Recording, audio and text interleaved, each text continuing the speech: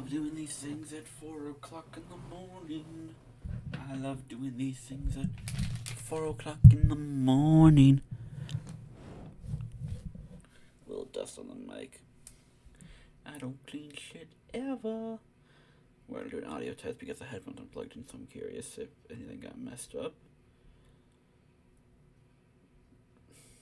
Morning. Oh, it's golden. It's golden. Yeah, we'll keep it here to make it close and personal. Chat up, even though I don't really talk to the chat people ever, because the 2 or 3 people that do ever actually pop in are people trying to be trolls because they think they're so funny. They think they're so funny. I should have included the other shit. I can tab out last second. Here, I'll even do it just to have it up when I get back. Boom, boom, boom, ba-doom, boom, boom. Boom, boom, boom. Boom, boom, boom. And this should be relatively quick because again, I'm only going over 4 games. And I don't have a whole lot to say, so let's get to it. We're live in 5, 4, 3, 2. Hello everybody and welcome to the divisional round of the 2025 and 2026 NFL season and my prediction picks. I am the one that you would refer to as the Blind Canadian Cat. No intros to be rolled because we've been live streaming all year. I'll have news, but I will wait till the end of the year to drop it. And a whole lot of joy and fun that we got from here today. We are now down to 8 teams remaining. And there's a lot of juicy headlines for any combination of these Super Bowls. A lot of franchises that haven't won any. A lot of QBs that haven't won any. And all that and plenty more. It could be exciting. I think it's exciting. But before we go into the picks, let's travel back to last week. In the typical fashion of me trying to be bold and it biting me in the back, I go 4-2 straight up, but a nice 5-1 against the spread. If you recall, I did take Philly, but I took the Niners to cover 4. And would you look at that, the Niners ended up winning outright. Note to self, when Philly's offensive coordinator is shit, they're not going to win one playoff game. Makes you wonder what would have happened if they would have played, won, and then got to play the Packers in the first round rather than the Niners. Could have fared them a lot better. But I guess we'll never know. Sirianni took that gamble and bit him in the back. That is the way of football. And then 2-4 on the totals. Totals just don't want to seem to be my friend lately. But hey, 4-2 straight up, 5-1 gets the spread. Feeling good. I'm throwing rocks at Green Bay for choking that game, because they were the one thing away from my one parlay. Thanks, Green Bay, for nothing. But I digress. We move on to the playoffs with my beautiful little thing here. And honestly, I'm probably planning on just putting the rest of the playoffs on here, because there'll be 4, then there'll be 2, then there'll be 1. I might even put the Cat, Quag, Clay, and Dog picks on here as well. We'll see if I remember to do so next week. But with that, we got 4 games to talk about. Let's do it. We're going in order. First game on the docket. We have Buffalo in Denver taking on the 1-seeded Broncos. Denver is a small favorite at -1.5, and the total is at a crisp 46.5 points. Now, for those who have seen my original playoff bracket that we dropped at the beginning before wildcard weekend, I did have in my bracket this matchup. I got the AFC correct. I did pick Buffalo to win, Houston to win, New England to win. I did get those 3. So this is exactly kind of how it's going. And in that bracket, if you remember, I did pick Buffalo to upset Denver in that bracket, setting up a Buffalo-New England AFC Championship game. But now that we're here, now that this game is an actual reality, I'm not as confident in that pick as I once was. And that spawn's mostly due to Buffalo's injuries. Um, they had, I believe his name was Shavens or Shavers. He's a guy that stepped up big for them in their wild card game. Turns out he tore his ACL, so he's gone. So if my memory is correct, the Bills wide receiver core to this very moment is Shakir, recently signed Brandon Cooks, and Keon Coleman. Like, those are legit receivers they have. So they're coming in a little short-handed. And they're playing a Denver defense who, for the most part, has been shutting down everyone all season. Minus the Jags, of course, but we don't gotta talk about the Jags. They're not here anymore. But it sets up an interesting thing. Like, if all else fails, Josh Allen's gonna bowl his way down the field like a bowling ball that he is, and he'll steal all the goal line touchdowns because James Cook's not allowed to have nice things ever. That is one thing that is possible to happen, so Buffalo is not theoretically out of this game. Denver, we see, what are they going to look like? Denver has a little bit of playoff experience. They got the 7th seed last year. They played Buffalo in their wild card game. Scored on their opening possession, but then was held scoreless the rest of the way. So Denver has a little bit of experience. Sean Payton is no slouch. You can go back to the New Orleans days. He did win games when he had a full roster.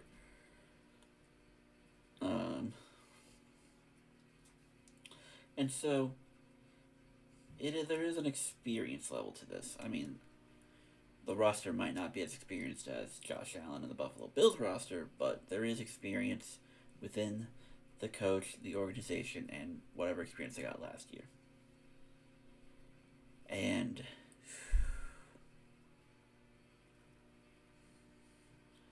if it ain't obvious by now, I'm very 50-50 on a lot of these. Like, I know I have my before the playoffs started predictions, but now that we're here, I have a lot of 50-50s on a lot of these. These games could legit go either way, and I wouldn't be surprised or shocked in the slightest. There's nothing would shock me with these playoffs. It wouldn't.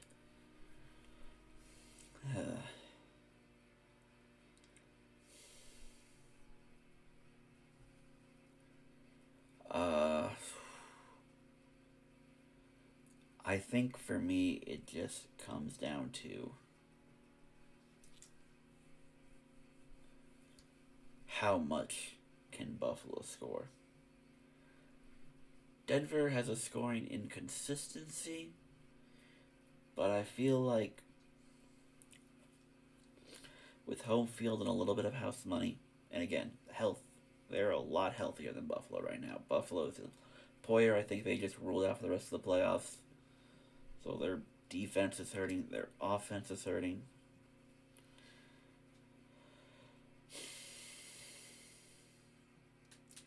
I think I have to do it.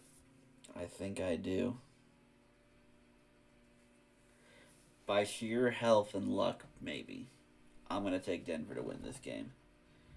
I'm going to take Denver, the team that not really anyone believes in because their regular season felt fluky all year. But come hell or high water, they have health.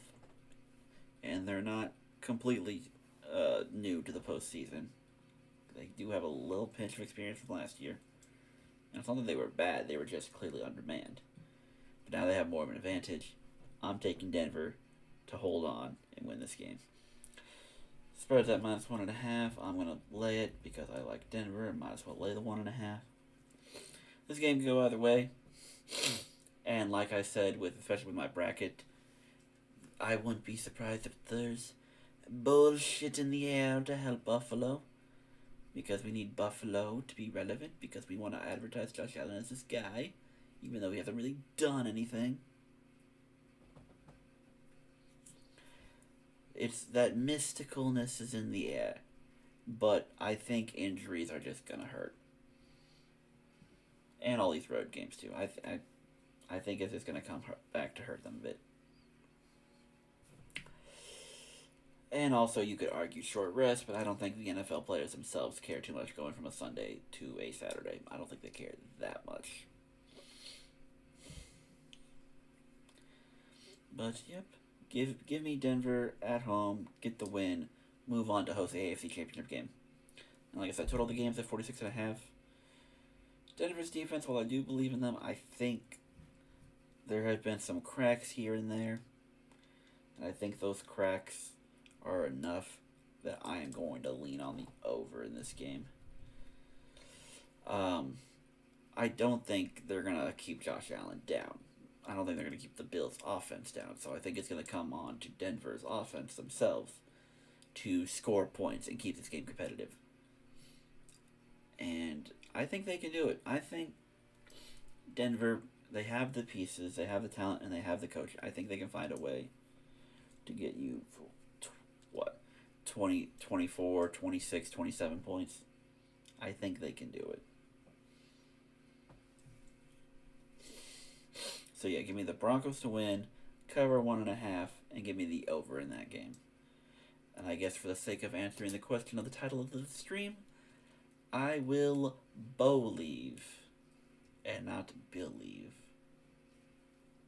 Question answered. On to the next game. On the lineup, we have the Niners traveling to Seattle to take on the Seahawks. Seahawks, interestingly enough, are a whole 7-point favorite in this game. Well, the total is at 44.5. Now, I get the spread. I do. San Fran is injured to hell and back. They got nobody. And now they just lost George Kittle for the season and for probably a good chunk of next year, too. Fred Warner, they've been trying to get him to rush back from his injury, trying to get him a miracle, but he's not. The timetable won't line up for this game. Again, everyone's injured. This team is coming in hobbled. Not to mention, like I said, they played the Sunday game, now they gotta go play a Saturday game. After just playing Seattle on a Saturday 2 weeks ago. Which, I mean, you gave or take at that one. But Seattle, we gotta ask ourselves this question now, like we did last year. And that's with our good friend Sam Darnold. Hi, Sam. Remember last year? You had a winner-take-all game for the number 1 seed in division when you were with Minnesota? Well, you laid an egg in that game, and that cost you to lose it. You had the benefit this time, because while you still admittedly laid a bit of an egg in that game, San Fran laid a bigger egg. So you were able to just get by enough to hold on to win the game and get the 1 seed. So now here we are again. You're in Seattle, so there's a bonus there. You had the week off, bonus there. But here comes the Niners team again. They have momentum. Brock Purdy throws 2 picks in Philadelphia and somehow still does enough to get out of that game. Who's to say he can't come into Seattle and do the same thing? Which he did in week 1. Which, yes, week 1 obviously means nothing. But it means something. There is a belief. And again, pressure on Sam Darnold. There's expectations. So how much of those expectations are going to play into this game? I'm going to be real. I still don't trust playoff Darnold. I don't see it. I don't believe it. I need to see it myself before I have confidence in it. But again, San Fran is coming in injured as hell. We're coming off of 2 weeks ago where Seattle had to do nothing because San Fran could not move against the Seattle defense. And I think the difference maker here is it's like the same thing with Buffalo and Denver. Injuries versus non-injuries. And so, push come to shove, I'm gonna rely on the same thing here. Seattle is healthy, they're rested, and that defense is very real. So I'm going to rely on the defense to carry another subpar Sam Darnold game and have them carry this enough to a win. Give me the Seahawks to defend home, beat San Fran, and go on to host the NFC Championship game next week. And I'm telling you, I see this line. On the line, Seattle is favored by 7. That is too much. For even if you want to exclude the injury reasons. Playoff Sam Darnold, we still don't trust.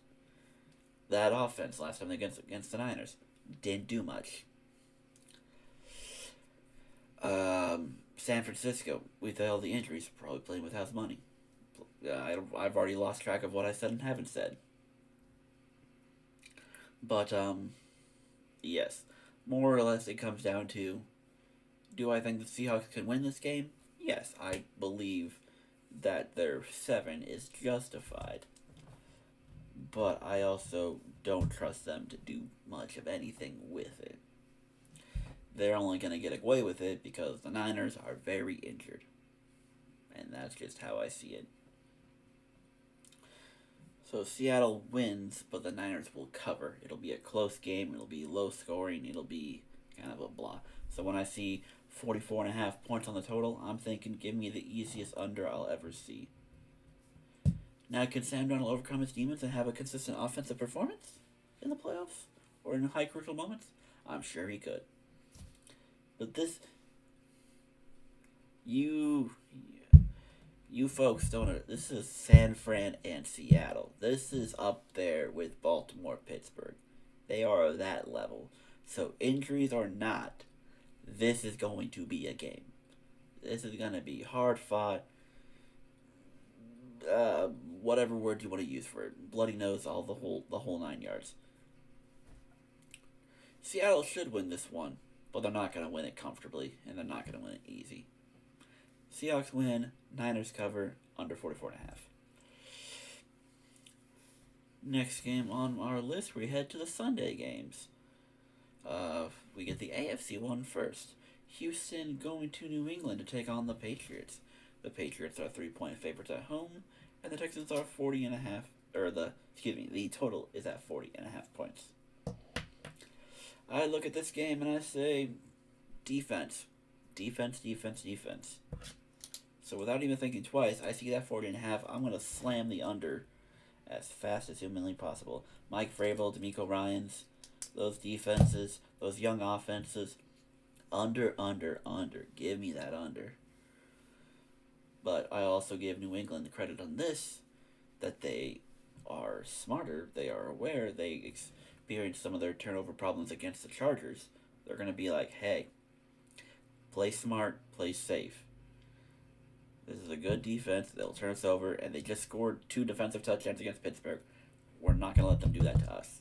I trust Vrabel's coaching enough to get that message across.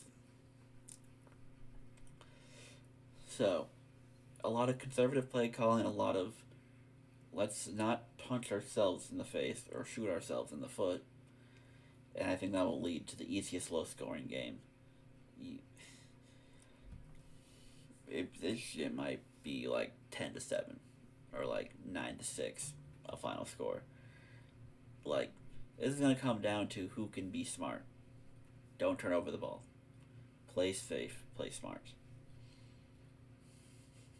But now that we break down to the actual game, I'm not too concerned with the Patriots offense. Again, Chargers defense is good. It's their first playoff game, first real critical game they've had to play really in a while. Because, yes, I'm not one to bring it up because I don't care. But there is a thing about the schedule. So, this is their first major game since the Buffalo game, which they played well but couldn't hold on to the lead. So now you get the same thing here. Texans offense is not a healthy Buffalo offense, and there is signs pointing to Nico Collins not being able to play this game. He hasn't been ruled out officially yet, but he's missed Wednesday practice and he's missed a Thursday practice with concussion. So unless he can somehow get on the field for a Friday practice, there is a good chance he cannot play in this game. Which is not to say Houston can't get by. What was it? Someone brought it up. I think when they lost him against the Niners, or when CJ Stroud had to play the Niners without him, he did just fine. Christian Kirk played. Both rookies have been stepping up more in the offense now. So they could probably pick up the slack. We want to believe in Woody Marks. We want to believe in the veteran presence of a Nick Chubb. The O-line, still kind of ass, but not as much ass. And then in New England, it's a bunch of pieces put together, built on a dream that Mike Vrabel has gotten a lot more out of than any of us could predict. And I think ultimately it comes down to those two defenses and those two offenses and their play calling around each other to manipulate the field and to overall just play off each other, read the room, take the points. Because that's something a lot of NFL teams don't do. Just take the points.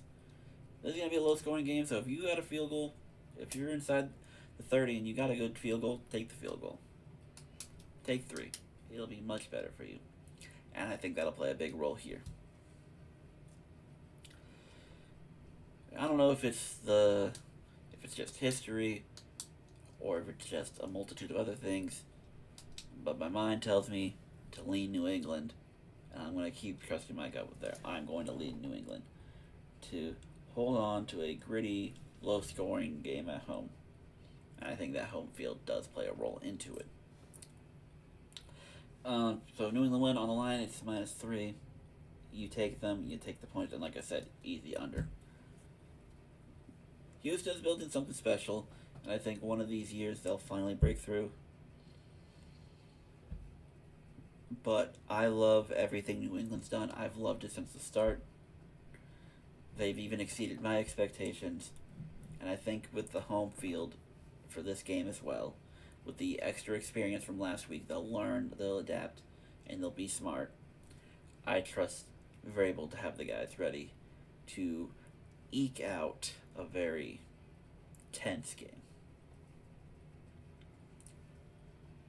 Yes. And then with one more game to go, a game that probably also has a lot of people's intrigue for what should be obvious but can never seem to be obvious because of these two teams. We have the Rams in Chicago taking on the Bears.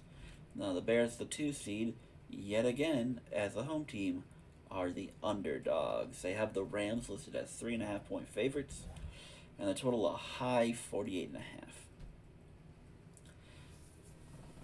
Now, again, with my bracket, I did pick Green Bay to beat Chicago, and I did pick Green Bay last week. So, in my mind, the Rams were going to be the ones going to Seattle, and I had Philly. The Rams going to Philly, and I had Seattle and Green Bay playing. So, I had the Rams dealing with Philly. They obviously don't deal with Philly. Now they get to go to Chicago. And Chicago, again, is a team I'm struggling whether or not I still want to trust. Which, I mean, hey, you won a playoff game, but you win it against the consistent 7th seed that is the Green Bay Packers. And you needed a fourth quarter comeback, which, it's kind of your MO. Now, the normal Rams, or the Rams we saw at least at the first 10 weeks of the season, I would say, yeah, you know what, 3.5 is justified to them. They should take care of business, no problem. This Rams team has just kind of fallen off lately. I don't know what it is exactly, but it just seems a lot has not gone in their favor. The Seattle game, you blow that lead and then you can't get a stop in overtime. The Atlanta game, you just don't show up and Stafford looks the worst he's ever been. Arizona, it took you till the fourth quarter to finally turn things around. And then the wild card game. Carolina, team that beat you, gave you another fight. So, this Rams team is a resilient team. This Rams team is a good team. And realistically should be the odds-on favorite to win the NFC, even with how Seattle and San Fran are. The Rams seem to be like the most trustworthy team of the 3. But they just lately have tested your trust. And again, they had bad losses that are now the reason why they have to go on the road for these games rather than being the ones hosting them themselves. So it's a lot of bad mojo, a lot of bad, it's like their season themselves is in a bend but don't break. They're breaking a little bit, but they're just surviving. They're barely surviving each week. So now here we are once again against a Chicago team who will play dead for 3 quarters, and in the fourth quarter just somehow find a way to work. They deadass scored, what was it, 25 fourth quarter points against the Packers last week. Talk about embarrassing, but it is what it is. And I don't know, maybe I'm just a hater. But I'm still uncertain about the Chicago team. I'm not feeling it. I see Ben Johnson. I know what he's doing. I love the play calls. I see Chicago. I see the weapons. DJ Moore, Luther Burden. If Roma Doom, they can stay healthy. Colson Loveland, who's come on strong in the second half of this year. Cole Kmet exists. DeAndre Swift, Kyle Monunga. I see the weapon. But they also took a lot of injuries on the defense. I don't know how many of them are going to be back for this week. I don't remember reading any of the reports, so I don't know. But a lot of their defensive pieces got hurt in that game against Green Bay. So I got to wonder how much it affects. How much will it affect that game? And then I guess I should mention this too. I should mention this for the New England game as well. I don't know the weather report. I can tell you, I live outside of Cleveland. Lake effect snow has been a very real thing, and it's been strong the last couple of days. So I wonder, as someone, 200-300 miles away, well, probably longer, I don't know, geography sucks. I'm not far from Chicago in terms of an actual regional weather or with lakes, and New England's not too far either, with storms and shit. So I wonder how much cold weather is going to affect both games. Not to mention Denver. You already know Denver's going to be cold. And Seattle to an extent. I imagine Seattle to be more rainy than cold, but, that's just Seattle for you. It's going to be a lot of cold, ugly games. But maybe I'm just letting bias speak for me. And if I am, so be it. I will take the Rams to go into Chicago and win that game. I'm going with my gut. I'm going with feelings. I'm going with vibes. I like the Rams more. I just do. They were among my... I can't say preseason pick because I did pick Green Bay in the preseason, but early on, I had the most confidence in this team. I trusted them more than Seattle. I trusted them more than San Fran. I trusted them more than Philly. I've had this belief in the Rams for a long time. And yes, they've been crashing lately. And they've been being inconsistent. So it's hard to root with them. At the same time, this Chicago team, they are young. They are not as experienced. Ben Johnson has experience, so hopefully that experience is helping this guide the Chicago team. And I think in the future, they'll be phenomenal. But I just think this Rams team is different. And even with all their shit they've been going through this year, all the shit they've been going through the last 3 or 4 weeks, I just have a belief in this team. It just means something here. So with that, I am picking the Rams to win this game. But with that said, I see that hook. 3.5 is a lot to ask for this Rams team that has, like I said, blew a 16-point lead against Seattle, lost in overtime. Couldn't beat the Falcons. Stafford threw 3 picks. Couldn't get it going against Arizona until the fourth quarter, and then only beat Carolina by 3. That hook is too much for me to buy right now. I cannot buy it. So give me Chicago plus 3.5 here. I have to buy the hook. It's too much. It's too much for me to lay. Because the Rams team's inconsistent. And again, I know these Bears. These Bears love to come back in the fourth quarter. I wouldn't be surprised if we got a game similar to last week. Rams are up, 20, 21, 24-7 against the Bears going to the fourth. And the Bears find a way. That just seems to be their MO. They find a way. So yeah, 3.5 is too much. Give me the plus 3.5 with Chicago. Total of 40.5, and like I said, for that same reason, it could be that 20, 21, 24-7. Chicago will find a way to squirm back and make it a game. And because Chicago has that tendency, apparently, I don't feel comfortable taking unders with them. 48.5 is a lot for a Chicago team. Like, I'm going to keep saying again, I don't trust. But I've seen them play. I've seen them do it. So this is more me guarding my own ass. I'm taking the over here. Give me the over 48.5. So this is one of those ones where it's like, if you can do like single quarter bets, take the over on the fourth quarter points. I feel like there's going to be a lot of those. Or if you want to do like a teaser plays, tease this down if you can. Tease it down to like the 42 or the 40 and take the over. Because that's just how these Bears are. It doesn't matter what the first 3 quarters tell you. It's that fourth quarter. And they make magic in that fourth quarter. So, yep, there you go. Those are my 4 picks. And once again, I'm picking all the favorites because I'm an asshole. But that's what we do. We have Denver winning. Denver covering 1.5 and going over 46.5 points. I have Seattle winning, but the Niners covering +7 in a game that stays under 44.5 points. I have the Patriots winning, covering -3 in a game that stays under 40.5 points. And I got the Rams winning, but the Bears covering +3.5 in a game that goes over 40.5 points. If you ask me to change one game for the sake of one game, I would take Buffalo over Denver. That'd be the one game I'd change. For the sake of, I also don't have as much faith in Denver as most people don't. And my bracket did say Buffalo, New England, and Seattle, Elliott. So, for the sake of my bracket looking nice, Buffalo.